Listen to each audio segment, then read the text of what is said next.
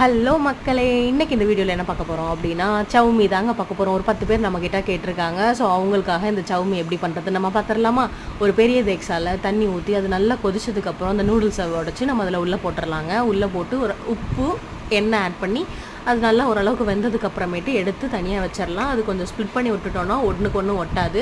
அடுத்து பாத்திரத்தில் வந்து எண்ணெய் ஊற்றிக்கலாம். இஞ்சி குட்டி குட்டியாக கட் பண்ணியிருக்கோம் அது போட்டுக்கலாம். ஸ்லைஸாக கட் பண்ண ஆனியன்ஸ், ஸ்லைஸாக கட் பண்ண கேரட், ஸ்லைஸாக கட் பண்ண கேப்சிகம்ஸ், இது எல்லாத்தையும் நல்லா ஆட் பண்ணிவிட்டு நாங்கள் பன்னீர் ஆட் பண்ணியிருக்கோங்க. ஸோ உங்களுக்கு பன்னீர் வேணாம் அப்படின்னா நீங்கள் காலிஃப்ளவர் ஆட் பண்ணிக்கலாம், மஷ்ரூம் ஆட் பண்ணிக்கலாம்.